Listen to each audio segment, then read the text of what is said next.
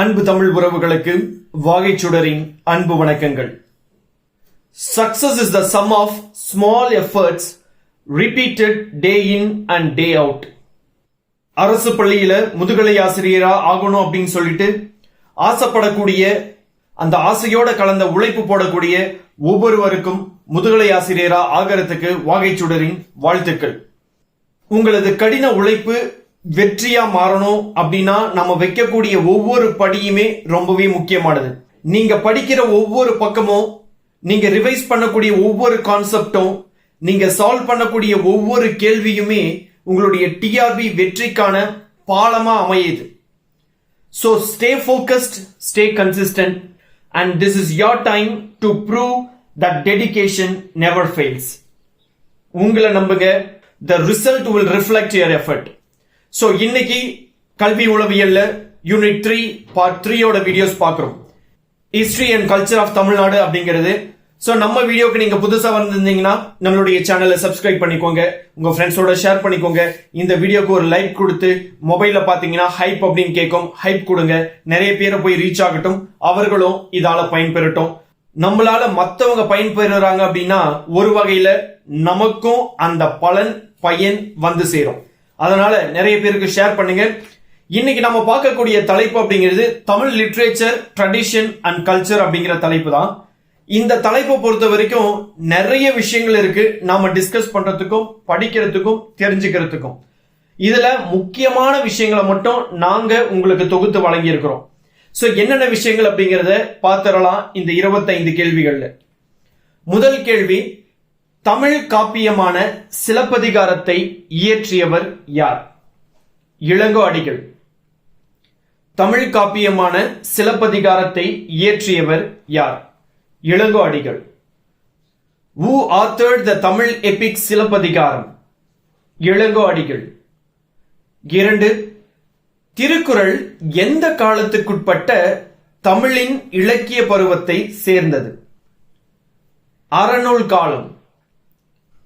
திருக்குறள் எந்த காலத்துக்குட்பட்ட தமிழின் இலக்கிய பருவத்தை சேர்ந்தது? அறநூல் காலம். Thirukkural is from which period of Tamil literature? Didactic age. 3. தமிழ்நாட்டில் தோன்றிய பாரம்பரிய நடன வடிவம் எது? பரதநாட்டியம். தமிழ்நாட்டில் தோன்றிய பாரம்பரிய நடன வடிவம் எது? Bharatanatyam. Which classical dance form originated in Tamil Nadu? Bharatanatyam. 4. இந்திய அரசாங்கத்தால் தமிழ் அதிகாரப்பூர்வமாக ஒரு செம்மொழியாக அங்கீகரிக்கப்பட்ட ஆண்டு எது? 2004.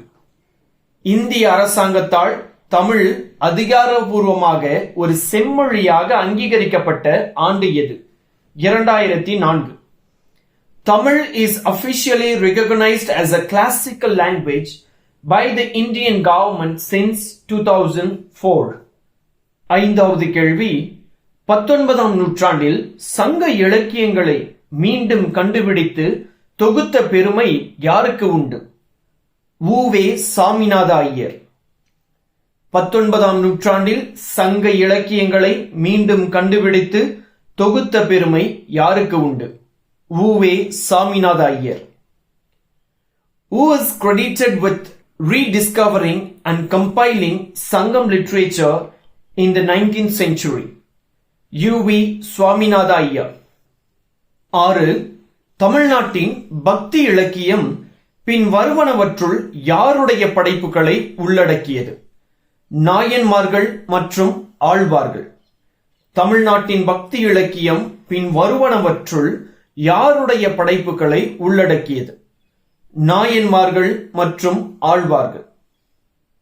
The devotional literature of Tamil Nadu includes works by Nayanars and Alvars.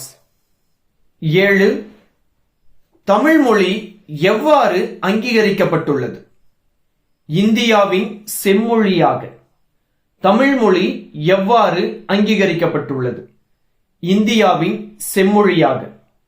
The Tamil language is recognized as a classical language of India. எட்டாவது கேள்வி, தமிழ் இலக்கியத்தின் பொற்காலமாக கருதப்படும் காலம் எது? சங்க காலம். தமிழ் இலக்கியத்தின் பொற்காலமாக கருதப்படும் காலம் எது? சங்க காலம்.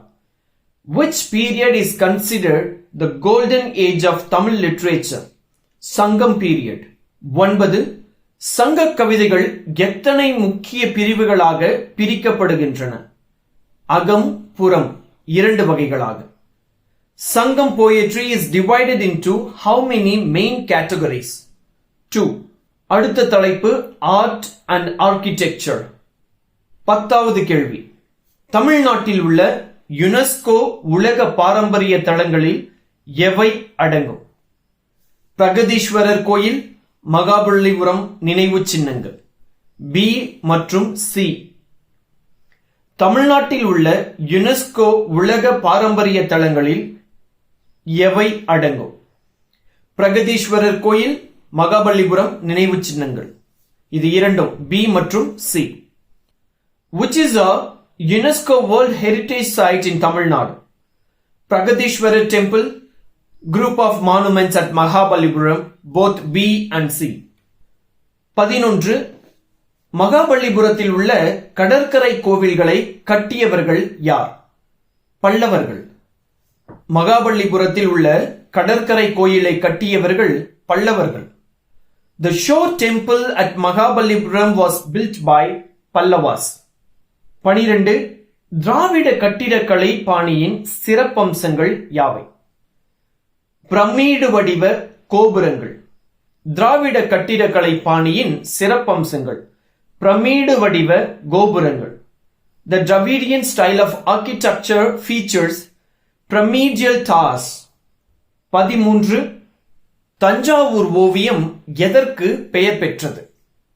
தங்க இழை மற்றும் அரை விலை மதிப்புடைய கற்கள். தஞ்சாவூர் ஓவியம் எதற்கு பெயர் பெற்றது?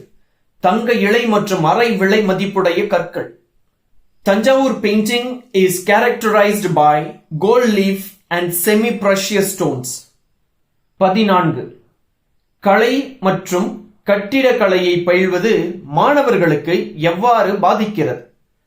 படைப்பாற்றல் மற்றும் கலாச்சார பாராட்டுதலை வளர்க்கிறது.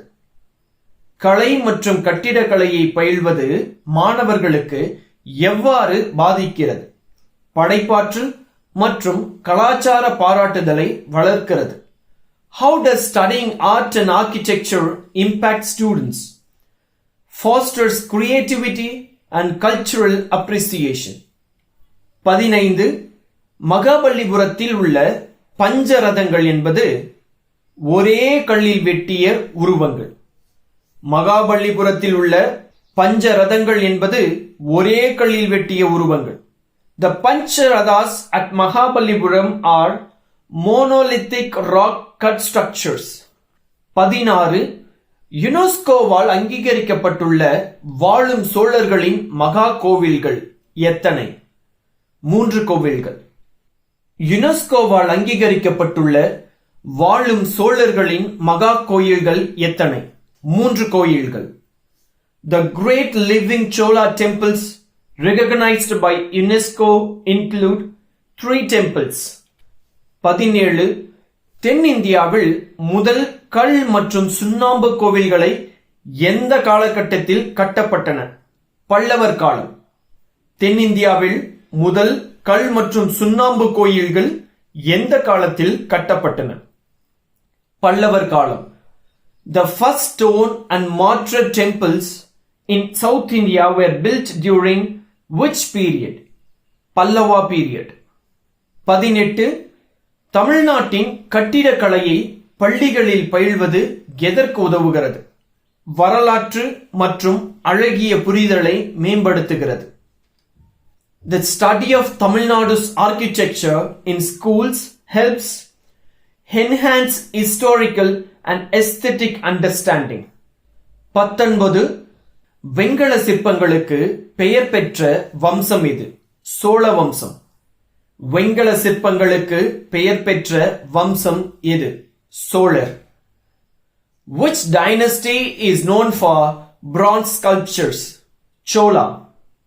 அடுத்த தலைப்பு historical sites. 20வது கேள்வி, ராக்ஃபோர்ட் கோவில் எங்கு அமைந்துள்ளது? Tiruchirappalli. The Rockfort Temple is located in Tiruchirappalli. 21. Keezhadi அகழ்வாராய்ச்சி தளம் எந்த காலகட்டத்தை சேர்ந்தது? சங்க காலம். கீழடி அகழ்வாராய்ச்சி தளம் எந்த காலகட்டத்தை சேர்ந்தது? சங்க காலம். The Keezhadi excavation site belongs to which period? சங்கம் period. கொற்கை அகழாய்வு பணிகளில் கண்டறியப்பட்டவை எவை? ரோமானிய வர்த்தகம், தமிழ் பிராமி கல்வெட்டுக்கள், பண்டைய துறைமுக நடவடிக்கைகள். மேற்கூறிய அனைத்தும் கொற்கை அகழ்வாய்வு பணியில் கண்டறியப்பட்டன. Archaeological excavation at Korkai revealed evidence of Roman trade, Tamil Brahmi inscriptions, ancient port activities, all of the above. The answer is all of the above. 23. தமிழ்நாட்டில் கண்டுபிடிக்கப்பட்ட பழமையான தமிழ் பிராமி கல்வெட்டுக்கள் எந்த காலத்தை சேர்ந்தது? கிமு 3ஆம் நூற்றாண்டு. தமிழ்நாட்டில் கண்டுபிடிக்கப்பட்ட பழமையான தமிழ் பிராமி கல்வெட்டுக்கள் எந்த காலத்தை சேர்ந்தது? கிமு 3ஆம் நூற்றாண்டு. The oldest Tamil Brahmi inscriptions found in Tamil Nadu date to 3rd century BC. 24. Mahabalipuram நினைவு சின்னங்கள் எந்த நூற்றாண்டில் கட்டப்பட்டது? 7ஆம் மற்றும் 8ஆம் நூற்றாண்டு. மகாபலிபுர நினைவு சின்னங்கள் எந்த நூற்றாண்டில் கட்டப்பட்டது? 7ஆம் மற்றும் 8ஆம் நூற்றாண்டு. The monuments at Mahabalipuram were built during which century? 7th to 8th century. கடைசி கேள்வி, கீழடியில் நடத்தப்பட்ட கார்பன் கால மதிப்பீடு அந்த குடியிருப்பு தோராயமாக எவ்வளவு பழமையானது என்பதை உறுதிப்படுத்தியது? 2200 ஆண்டுகள் பழமையானது. கீழடியில் நடத்தப்பட்ட கார்பன் கால மதிப்பீடு அந்த குடியிருப்பு தோராயமாக எவ்வளவு பழமையானது என்பதை உறுதிப்படுத்தியது. 2200 ஆண்டுகள் பழமையானது. Carbon dating at Keeladi confirmed the settlement to be approximately 2200 years old. So, இதுதான் இன்னைக்கான 25 கேள்விகள். இந்த 25 கேள்விகளும் நல்ல புரிதலோட படிங்க, தெரிஞ்சுக்கோங்க, புரிஞ்சுக்கோங்க. அதை வச்சு இது சம்பந்தமா என்ன கேள்விகள் வந்தாலும் நம்மளால செய்ய முடியும் அப்படிங்கிற நம்பிக்கையோட நீங்க படிங்க. உங்களால சாதிக்க முடியும். உங்களால கண்டிப்பா உளவியல்ல நிறைய மதிப்பெண்கள் பெற முடியும். இந்த வீடியோ உங்க ஃப்ரெண்ட்ஸோட ஷேர் பண்ணிக்கோங்க. நம்ம நிறைய கஷ்டப்பட்டு இந்த கொஸ்டின்ஸை எடுக்கிறோம். இதுக்கான ஹார்ட் ஒர்க் அப்படிங்கிறது நிறைய இருக்கு. அட்லீஸ்ட் அந்த ஹார்ட் ஒர்க் அப்ரிஷியேட் பண்றதுக்கு ஒரு லைக் ஆச்சும் போடுங்க. உங்க ஃப்ரெண்ட்ஸோட ஷேர் பண்ணிக்கோங்க. மறக்காம நம்மளுடைய வாகை சுடர் சேனலை சப்ஸ்கிரைப் பண்ணிக்கோங்க. அடுத்த வீடியோவில் சந்திப்போம். நன்றி, வணக்கம்.